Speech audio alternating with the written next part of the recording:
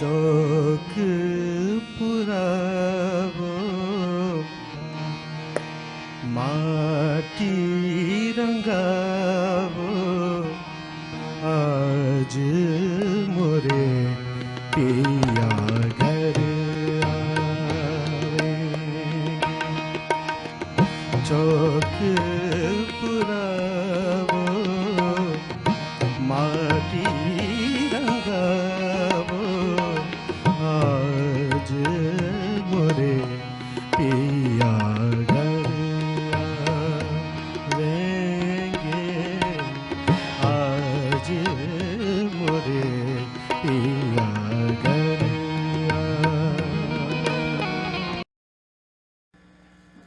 धीरे धीरे सुनो, सब आएगा।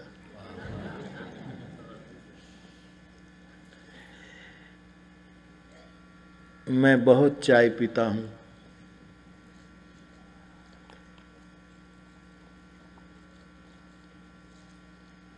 मुझे लगता है, वो तो याद नहीं, लेकिन मैं साल 1.5 साल का रहा होगा, तब से मेरी माँ चाय पिलाती थी। ये तो याद नहीं है, लेकिन हमारे घर में चाय का संस्कार है। आप भी रखिए, क्योंकि हम कभी आ जाए।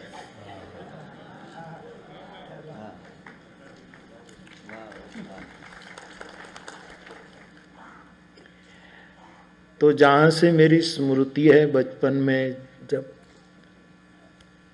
तो आज तक मैं चाय पीता हूँ।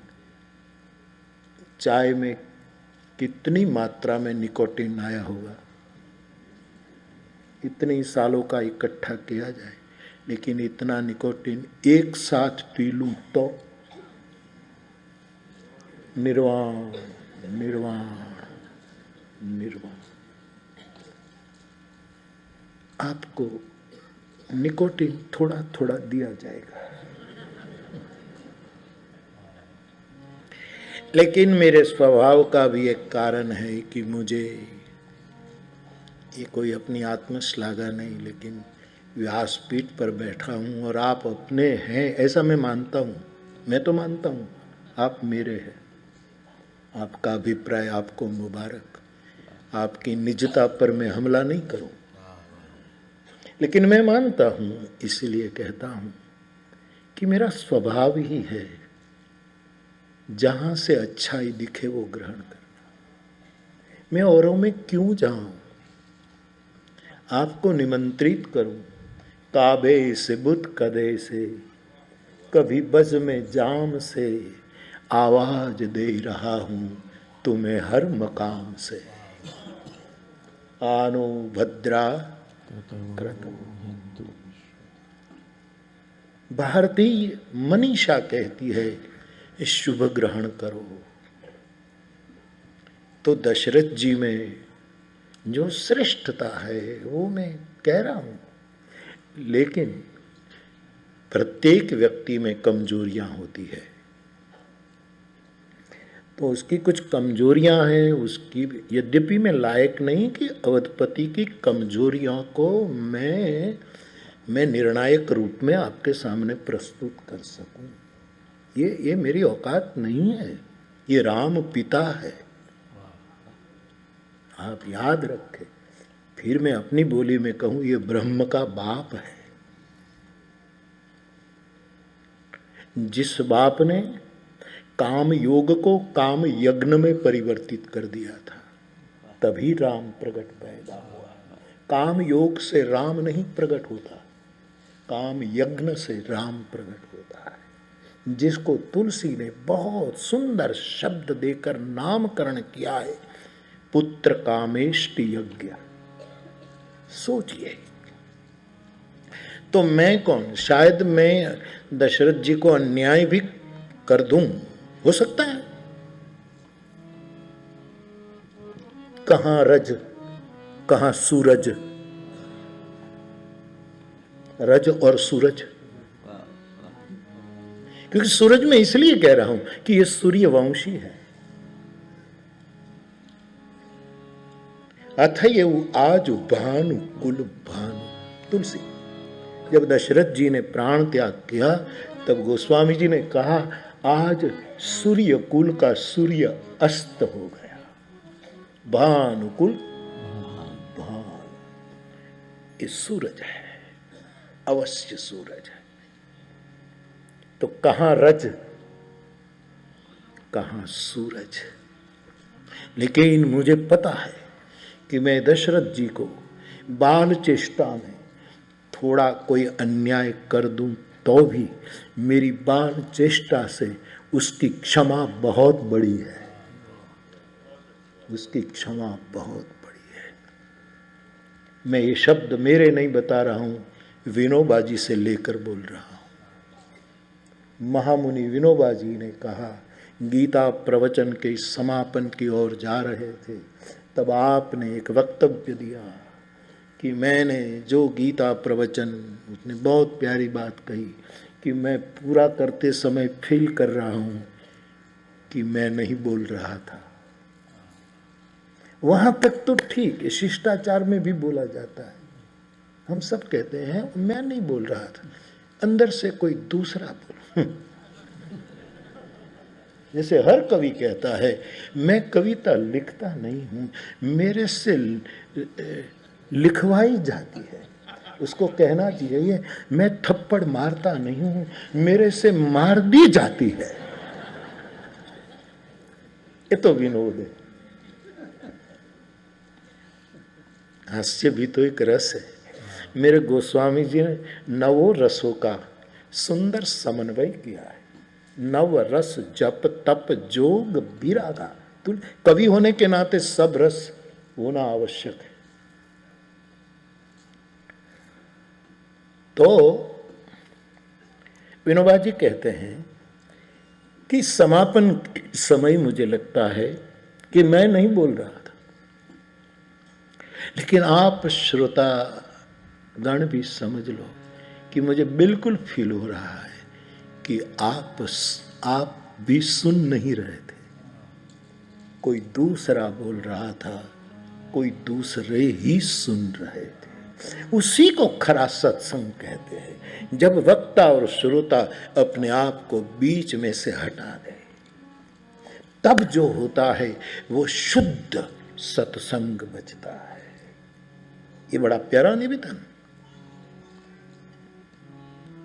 शायद कृष्ण ने विनोबा के श्रोताओं को कर्णदान किया हो, कर्णदान किया। और साहब, कर्ण का कुंडल इंद्र ने भीख में मांग लिया, कुंडल कवच, लेकिन कान नहीं ले जा पाया। कर्ण का उपकरण ले गया, कर्ण नहीं। मेरे भाई बहन, मैं प्रार्थना करूं कोई कान में एयरिंग या कान में कुछ हो, अल्लाह करे कोई छीने ना, लेकिन कान का उपकरण या अलंकार कोई छीन ले तो इतना घाटा नहीं, लेकिन लिसनिंग साइंस कोई छीन ले, इससे बड़ा विश्व में कोई घाटा है। एक लिसनिंग साइंस है। शास्त्र सुनने के लिए चाहिए एक नूतन ईयर्स, एक नए कान। विनोबा इसलिए कहते हैं आप नहीं सुन रहे थे, कोई और सुन रहे थे।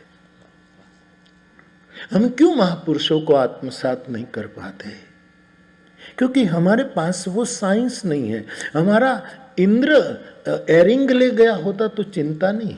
समाज के समृद्ध लोग हमारे कान ही काट गए, हमारे कान ही ले गए। इसीलिए साधक लोगों को चाहिए अपने घर में, अपने कान में कोई ऐसा तत्व न जाए जो हमारा लिसनिंग साइंस को छीन ले। मैंने गत कथा में कहा था, हमारे दिल्ली वाले आदरणीय आरिफ साहब, आदरणीय गुणन भाई शाह को बातचीत में उसने बात कही, गुणन भाई ने अपने लेख में भी लिखा कि एक बहुत बड़ा फकीर हुआ औरंगजेब के जमाने में। जिस गुफा में वो रहता था, उसकी मस्ती, उसका आनंद, उसका ये जो आनंद देख करके औरंगजेब को जलन होने लगी थी। कहते हैं कि वो उसको मिलने गया, तो एक गुहा सा था, उसमें वो रहता था, अकिंचन फकीर सूफी।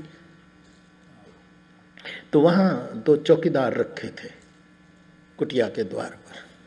औरंगजेब को बड़ा आश्चर्य हुआ कि ये फकीर अकिंचन, मैं अपने महल में, मेरी अगल बगल में गार्ड्स, ये सब चौकीदार रखूं तो ठीक है, लेकिन ये फकीर को 2 चौकीदार की क्या जरूरत है।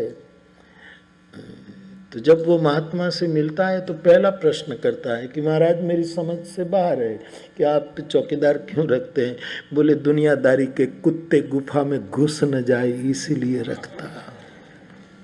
दुनियादारी के कुत्ते, ये शब्द है उसके। हमारे कान में दुनियादारी के कुत्ते किसी की निंदा की भौंक भौंक न करें, इसलिए हमारे पास वी नीड न्यू ईयर्स। अंग्रेजी बराबर बाबा तुम मना आप पाड़ता था तो तुम। हमें चाहिए, हमें जरूरत है नए श्रवणों की, और उसमें कुछ खास बातें सुनने के लिए तो नई कोई कविता, अच्छी कविता सुनने के लिए ये कान काम में नहीं आता साहब, वरना गलत जगह पर आप दाद देते हो। गलत जगह। कोई अच्छा प्रवचन कोई भी विषय का हो, श्रवण भक्ति है। कोई भी विषय का क्यों ना, मैं कथा कहूं वही श्रवण भक्ति मत समझो प्लीज। मैं सालों से चिल्ला चिल्ला कर कह रहा हूं, जहां से शुभ बातचीत होती है ये सब श्रवण भक्ति है। तो ये कर्ण विज्ञान जो है एक खास महफिल में बहुत आवश्यक है। रामकथा एक खास महफिल है। ये मुरारी बापू की बज़्म है, आप समझ सकोगे इसलिए कहा तो ये मेरा रूहानी मैखाना है। यहां पीकर मैं पिला रहा हूं।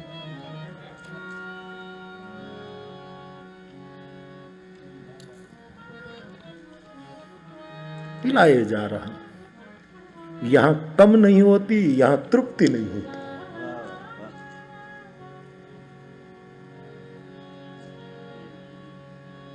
तो बाप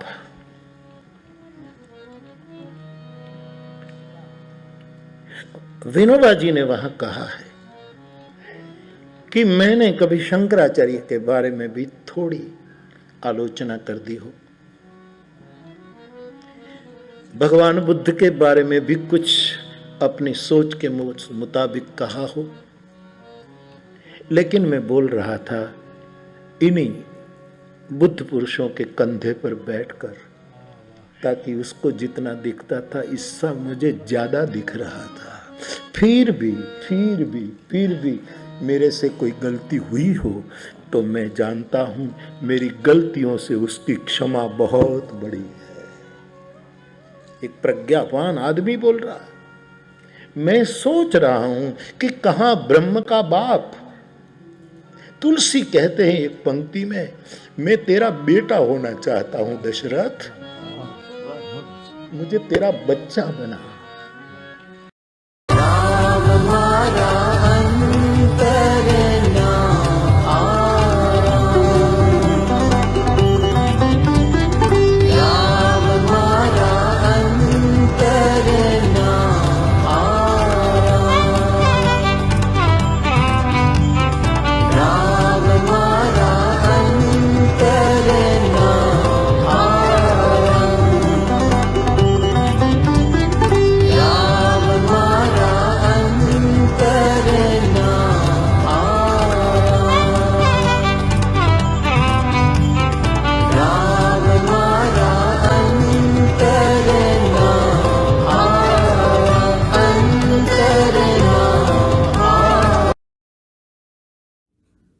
प्रणाम। जय सिया राम। पूज्य बापू का अमृत वर्ष शुरू हो गया है। क्यों न हम बापू की जुबानी से कहे गए बापू की जीवनी के प्रसंगों को ही प्रति शुक्रवार सुनना और देखना पसंद करें। बापू की जीवनी, बापू की जुबानी, इस शीर्षक के आधार पर हम प्रति शुक्रवार एक वीडियो श्रेणी पेश करेंगे। हमें आशा है कि बापू के अमृत वर्ष के दरमियान हम पूज्य बापू के जीवन के हर एक पहलू के बारे में खुद बापू की वाणी में सुन सकेंगे। हम पूरे आदर के साथ पूज्य बापू को सादर प्रणाम करते हैं और सौजन्यशील चित्रकूट धाम ट्रस्ट और संगीत की दुनिया का अहोभाव व्यक्त करते हैं। सबको जय सियाराम कहें और हम सब प्रार्थना करें अमृत वर्ष प्रिय हो। प्रणाम। जय सियाराम।